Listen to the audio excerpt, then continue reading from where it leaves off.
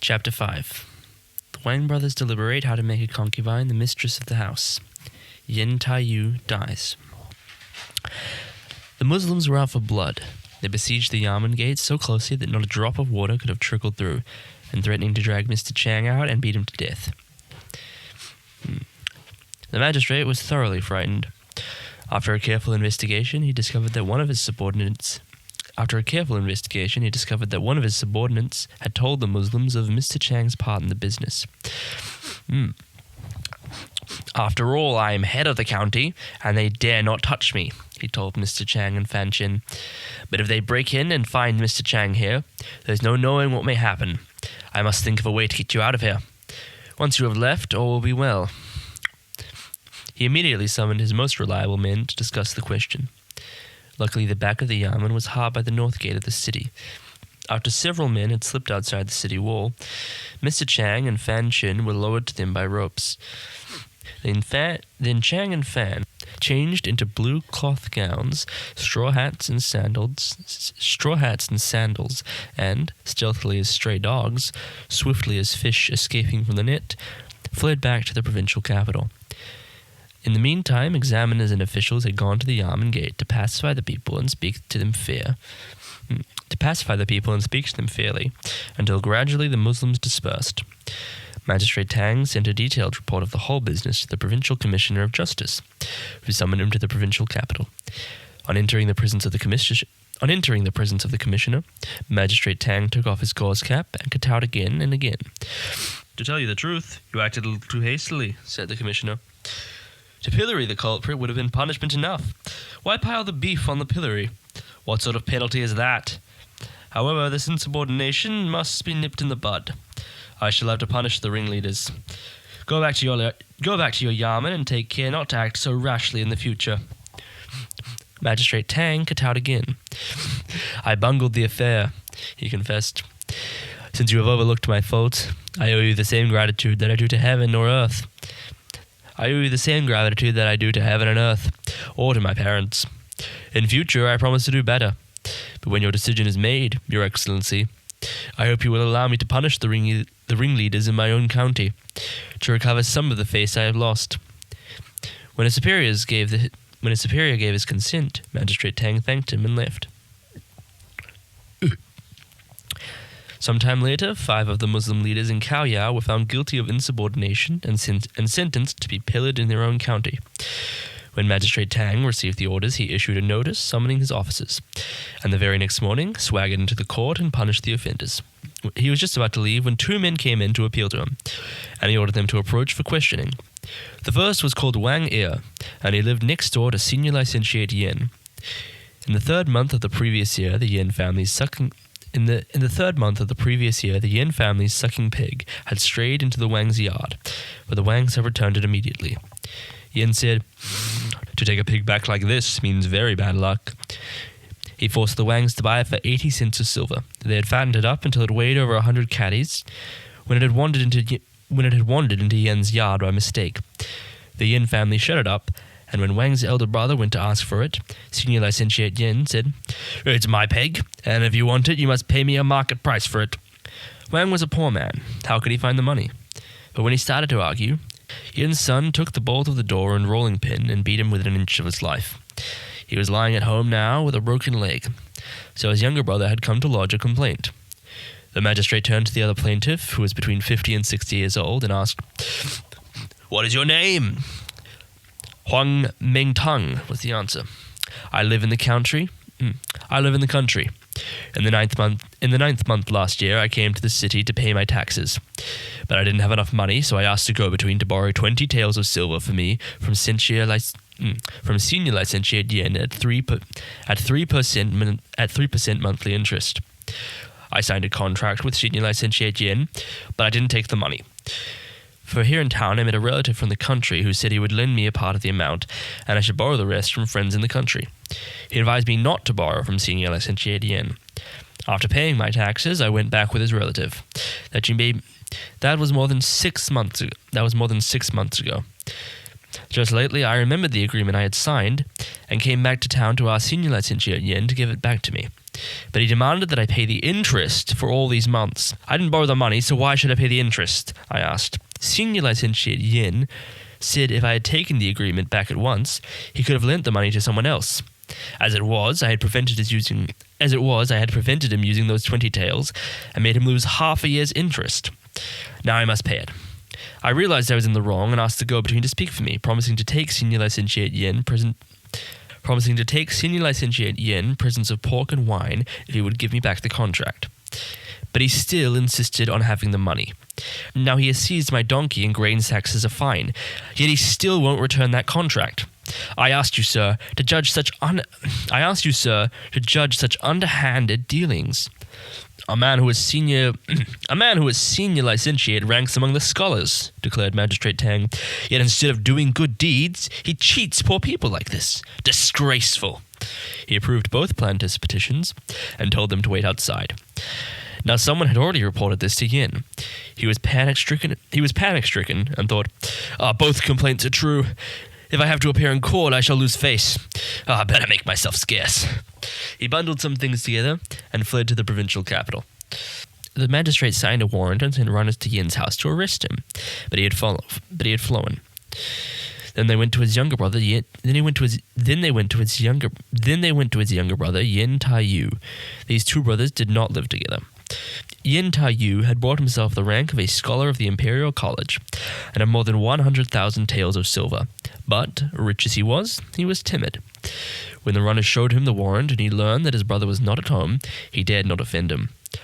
He entertained them to a meal, gave them 2,000 coins, and sent them off. Then he hurriedly ordered a servant to ask his two brothers-in-law over to discuss the matter.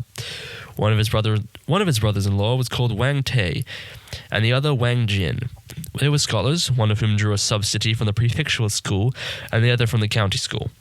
Both of them made a very good thing out of teaching and were famous as tutors. When they received Yin Taiyu's message, they came at once. Yin Taiyu told them all that had happened. There's even a warrant out for his arrest. What's to be done? He asked. Wang Jin laughed and said, Your brother is always saying how friendly he is with the Magistrate Tang. How could he be frightened away by a little thing like this? Never mind that, said Yin Taiyu. The fact is that my brother has gone. While rumors from the Yarman have been to my household looking for someone to arrest. I can't drop my own business to go and look for him, and he wouldn't come back anyway. His private affairs have nothing to do with you, said Wang Jin. That's where you're wrong, protested Wang Te. Because our brother-in-law is rich, the runners will consider him as lawful prey. If nothing is done, they can make things hot for him. I suggest that we go to the root of the matter by sending mediators to satisfy the plaintiff. Then we can address an appeal to the magistrate and avoid further trouble. If mediators are needed, said Wang Jin, we too can call on Wang Er and Huang Mingtong and talk them round. We'll return the pig to the Wang family, along with some silver to compensate the elder brother's broken leg. And we'll look for Huang's contract and return it to him. Then we shouldn't have any trouble. Yes, said Yin Taiyu. But my sister-in-law is a silly woman, and my nephews are like young wolves. They never listen to reason. They'll refuse to return the pig and the contract. This is a serious matter, said Wang Te. If your sister-in-law and nephews are stubborn, that will be your bad luck, because they will have to pay the Wangs for the pig. As for the contract, in our capacity as mediators, we will draw up a statement for Huang Mingtong to the effect that the old contract is null and void. That's the only thing to do. Then you'll hear no more about it. They decided at once that this was the only solution. They decided at once that this was the only solution, and handled the whole business very competently. When Yin Taiyu had spent over 10 taels of silver on the plaintiffs and Yamen officials, the case was closed. A few days later, Yin Taiyu invited the two Wang brothers to a feast to express his gratitude. When they made excuses and would not come, he ordered his servants to tell them that their sister was unwell and wanted to see them too. On hearing this, the two scholars came. Yin Taiyu invited them into the front hall and offered them tea, then told the servant to inform his wife that they had arrived. Presently a maid invited him to Mr. Yin's room, and they went in. Their sister was grown very pale and thin. She looked too frail to walk, yet she was preparing melon seeds, chestnuts, and other sweetmeats for them.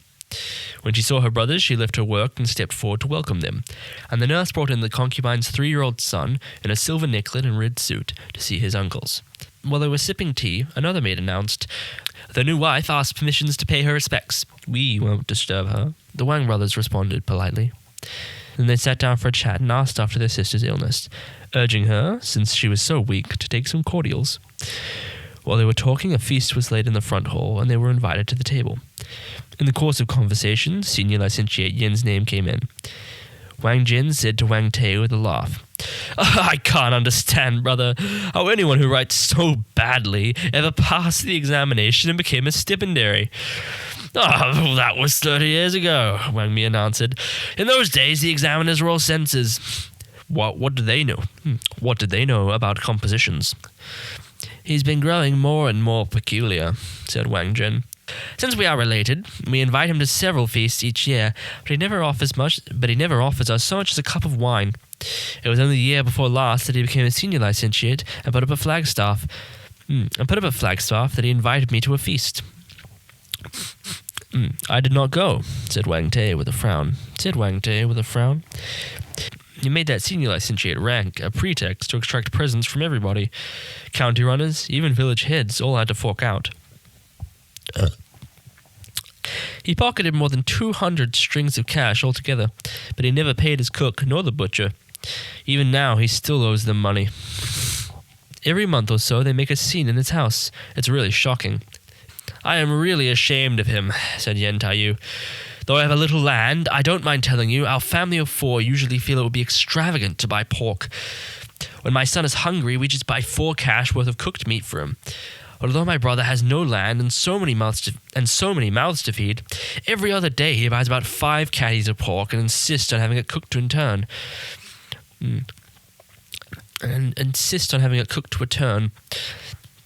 Then they finish it all in one meal, and in the evening he gets fish on credit again. We inherited the same amount of land, but he has just eaten up his property. And now he sneaks out the family's ebony chairs through the back door to exchange for pork dumplings. What can I do about it?" The Wang brothers burst out laughing and said, Oh, we've been busy talking about that fool. We've forgotten to drink. Let's have the dice. Whoever wins first place among the palace scholars shall drink a cup." Wang Te and Wang Jin became palace scholars in turn and drank a dozen cups apiece. Strangely enough, the dice seemed to know human affairs, because Yen Taiyu did not become a palace scholar even once. Wang Jin and Wang Te clapped their hands and roared with laughter, drinking until after midnight when they were carried home. Mrs. Yin's illness went from bad to worse. Every day 4 or 5 doctors came to prescribe expensive cordials for her, but in vain.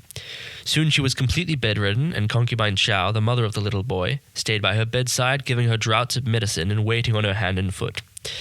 After it became clear that the mistress was not going to recover, the concubine brought her child to the front of the bed every evening and sat there weeping.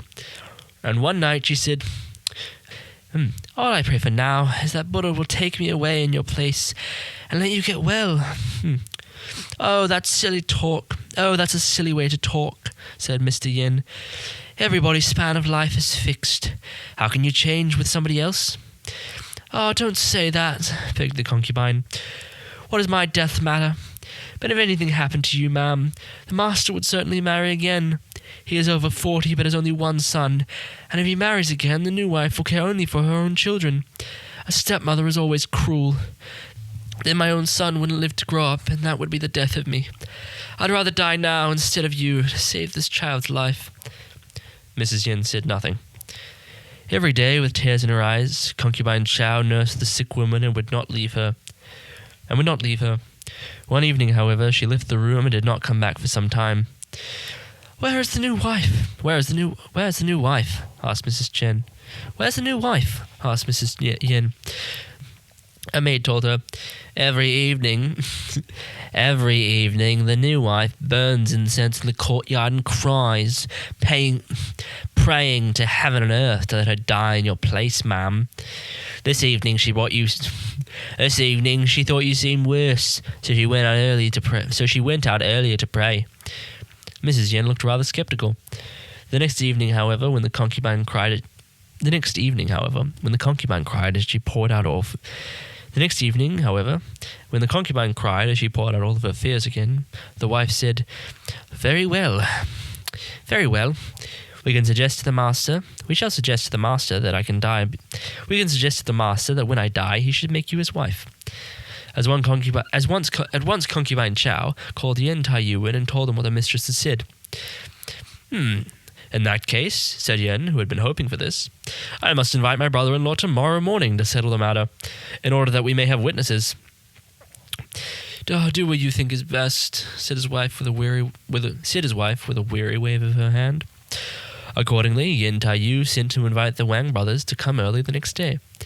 When they had seen the doctor's prescriptions and discussed what other famous physicians should be called, Yen took the brothers into his wife's room and told them their sister's wish, saying, "Ask her yourselves." Saying, "Ask her yourselves." Saying, "Ho, ho, ho, ask her yourself." They went up to the bed. Mrs. Yen was too weak to speak, but she pointed to the child and nodded her head. The two brothers pulled long faces and said nothing. Presently they were invited into the library to eat, but still they made no reference to the matter. After they had eaten, Yen Taiyu took them into a private room, and after speaking about his wife's illness, he said with tears, "Since your sister married me 20 years ago, she's been a true helpmate. But now that she is dying, what am I to do? The other day she mentioned that your parents' tombs needed repairing, and that she had a little gift to leave you as a memento." Having sent the servants out of the room, he opened a chest and took out 2 packets of silver, each containing 100 taels. These he gave to Wang Te and Wang Jin, saying, "Please don't take it amiss." Please don't take it amiss. The Wang brothers took hold of the silver with both hands. Please don't have any scruples, Mr. Yen went on. "When you need money for sacrifices, I'll be responsible for all expenses. Tomorrow I will send sedan chairs to fetch your wives. Your sister has some trinkets to give them as souvenirs." They had just gone back to the outer room when some guests arrived, and Mr. Yin went out to entertain them. By the time he came back, the Wang brothers' eyes were red with weeping, and Wang Jin said, "I was telling my brother that our sister is truly a woman in a million and does credit to our family. For I doubt if even you, sir, ever conceived such a noble scheme. If you still hesitate, then you are no true man. Do you realize," Wang Ten said solemnly, "that the perpetuation of your line depends on making concubine Chow your wife? For if our sister dies and you marry another, the new wife may torture our nephew to death. Then not only will your parents in heaven be ill at ease, but your ancestors also." Striking his fist on the table, Wang Jin declared, The great thing about us scholars is adherence to principles. If we were writing a composition to speak for Confucius, we should take exactly the line that we are taking now. If you refuse to listen to us, we will never visit you again." "I am afraid my relatives may object," said Mr. Yin. You can count on us, the brothers assured him. "For this thing must be done in a big way. Give us a few more taels of silver, and tomorrow we shall act as hosts and invite over 100 of your relatives to a feast. While our sister's eyes can still see, you and concubine Chow shall worship heaven and earth and the ancestors together, showing that she is your lawful wife. Then your relatives will have to hold their tongues." Yen Taiyu gave another 50 taels of silver to the Wang brothers, who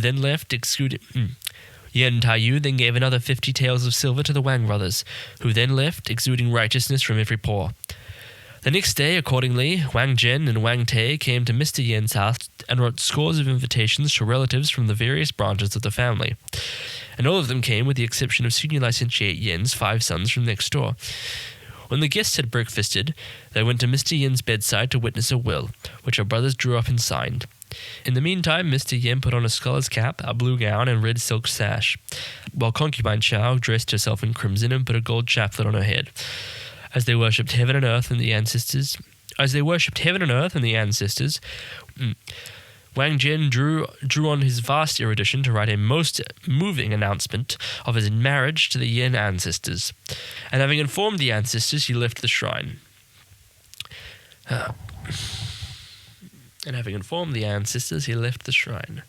Then Wang Jin and Wang Te sent for their wives and kowtowed to each other to the new husband and wife. All the relatives congratulated them in order of seniority. After which the stewards, men servants, and maid servants did reverence to their master and mistress. The new wife went in alone to bow before the dying mistress, calling her eldest sister. But Mrs. Yen had already lost consciousness. These ceremonies at an end, the guests crowded into the great hall, second hall, library, and inner chambers, to sit down at more than 20 tables. They feasted till midnight. Mr. Yin was acting as host in the great hall when his son's wet nurse burst in breathlessly and cried, "The mistress has passed away!" Weeping, Mr. Yin went to the bedroom and found his new wife beating her head against the bed. At his entry, she gave a cry and fainted.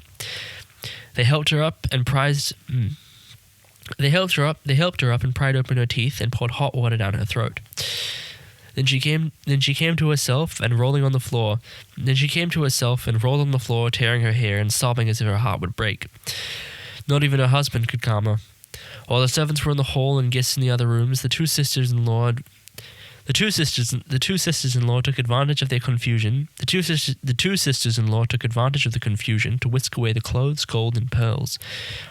One of them even picked up the gold chaplet that the new wife had let fall and concealed it in her clothes.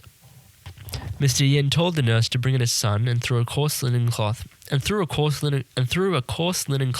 the child's shoulders as a sign of mourning. The coffin had been ready for some time. They placed the corpse in the coffin which had been set in the central hall. It was now dawn. All the guests filed in, bowing before the coffin, and went home. The next day, white mourning was sent to all the relatives, 2 lengths of cloth for each house. The new wife insisted that she should wear heavy mourning, but on this point the Wang brothers were adamant. In unison, they quoted one of the sayings of Confucius and warned her, "You must conform to etiquette. You must conform to etiquette. Now you stand in the relationship of a sister to the dead woman, and a younger sister mourning for her elder sister should only wear mourning for 1 year. Fine linen and a white cloth headdress. The ceremony to be used was agreed upon, and the date of the funeral announced.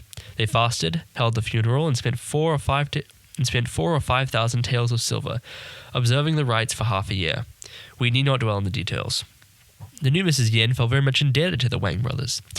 After the harvest, she sent them 2 piculs of rice apiece, 2 piculs of pickled vegetables, 2 piculs of pickled vegetables, and 4 hams, to say nothing of chickens, ducks, and other delicacies. Soon, New Year's Eve came around. Mrs. Yen worshipped heaven and earth and the ancestors, then sat down to a feast with his new wife opposite him and the nurse and child sitting at one side of the table. After drinking several cups of wine, tears rolled down Mrs. Yen's cheeks as he pointed to a chest and said, Yesterday the pawn shop sent 300 taels of interest over. That was my first wife's private property. It used to come every year just before New Year's Eve, and I always gave it to her and let her do what she'd like with it. Now they have sent it again, but there was no one here to take it. You can't say there's no use for the money, said the new wife. I remember how she used to spend it. In the old days, at every festival, the nuns would send her presents and the flower girls would give her little trinkets, while those blind girls who often came to play the 3-stringed lyre wouldn't budge from the door. She gave them all her money, she was so kind. But when she saw poor relations, she would feed them even if she had nothing to eat herself, and give them clothes even if it meant going without herself. The money was all too little for her. Even if it had been more, she would have used it all. Her 2 brothers were the only ones who did not take a cent from her. To my mind, it would be better to keep the money to spend it on charity after New Year in her name. And what's left won't be much. It could be given to your two brothers-in-law for their traveling expenses when they go to take the examination next year. This would be only right and proper." As she was speaking, a cat under the table crawled up Mr. Yen's leg, and he gave it a kick. The frightened cat shot into the bedroom and jumped onto the canopy of the bed. Then they heard a great crash. Something had fallen from the top of the bed and smashed the wine vat on the floor. Taking a candle, they hurried in to look and found that the silly cat had knocked off a piece of the bedstead, bringing down a big wicker basket full of dates which had fallen in the wine. Now the dates were scattered on the ground, the basket lying on its side, and it took the two of them to right it. Then, under the dates, they discovered paper packages containing 500 taels of silver. "I knew she couldn't have spent all that silver," Mrs. Yen said with a sigh. This must be what she saved over the years. She wanted to keep it in readiness for whenever I might need money in a hurry. Oh, but where is she now?" He shed tears again, and called servants to sweep the floor while he and his new wife put a plateful of the dates on the table before the shrine, and kneeling there, wept again. Because of this, Mr. Yen did not go out to pay New Year's visits.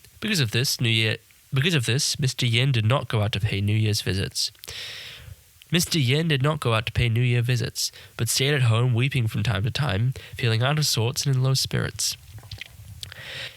After the Lantern Festival, he felt stabs of pain in his heart. At first he just put up with them, doing his accounts as usual every night until midnight. But gradually he lost his appetite and wasted away till he was nothing but skin and bones. Yet he grudged the money to buy ginseng. His wife begged him, Don't trouble about all your business. You aren't well." But he retorted, "My son is still small. Who else is there to see to things? As long as I live, I must manage my affairs." As spring wore on, however, he had a liver complaint and had to take to his bed, able only to drink a little gruel every day. When the weather became warmer, he forced himself to eat and made the effort to get up and walk about. But by autumn he was worse again and had to keep to his bed. When it was time to reap the early rice, he sent his stewards and men servants down to his estates, but he could not rest easy in his mind. One morning he had just taken his medicine when he heard the rustle of falling leaves against the window, and felt a fearful premonition. He heaved a long sigh and turned his face to the wall. The new wife brought the Wang brothers in to see how he was before the provincial examination. Ordering the men to help him, Mr. Yen struggled into a sitting position. "We have not yet seen you for many days, and now you are thinner than ever," said the brothers. "It's good, though, that you still look so cheerful." Mr. Yen asked them to be seated, wished them success in their coming examinations, and offered them refreshments. He told them what had happened on New Year's Eve, and asked his wife to bring in some silver. This was her idea, he told them. She suggested that this small sum of money that my wife left should be given to you for this trip. I am very ill, and I don't know if I shall see you again. After my death, I beg you to watch over your nephew as he grows up. Help him to study and pass the prefectural examination, so that he need not be bullied as I have been all my life by my brother. Wang Te and Wang Jin accepted the silver, each taking 2 packets. They thanked Mr. Yen profusely and said all they could to comfort him, then took their leave. From that time onward, Mr. Yen sank daily. All his relatives came to ask how he was. His 5 nephews taking it in turn to help the doctors administer cordials. But after the Mid-Autumn Festival, the doctors stopped prescribing medicine, and all the stewards and servants were summoned back from the estates. For 3 days, Mr. Yen hovered between life and death, too weak to speak. On the evening of the 3rd day, an oil lamp was lit on his table, and the room was crowded with relatives. They could hear the beginning of the death rattle in his throat. But he refused to die. He took his hand from beneath the quilt and stretched out two fingers. The eldest nephew stepped up to his bed and asked, "Do you mean that there are 2 relatives who haven't come, uncle?" Yen shook his head. The second nephew stepped forward and asked, "Do you mean that there are 2 lots of silver you haven't told us about, uncle?" Yen stared hard at him, shook his head even more vehemently, and held out 2 fingers more earnestly than ever. The wet nurse, who was carrying his son, put in, "The master must be thinking of the 2 uncles who aren't here." But when he heard this, he closed his eyes and shook his head. Only his fingers did not move. Then the new wife hastily stepped forward, dabbing at her eyes. "They're all wide of the mark," she said. "I am the only one who knows what you mean. But to know what it was, you must read the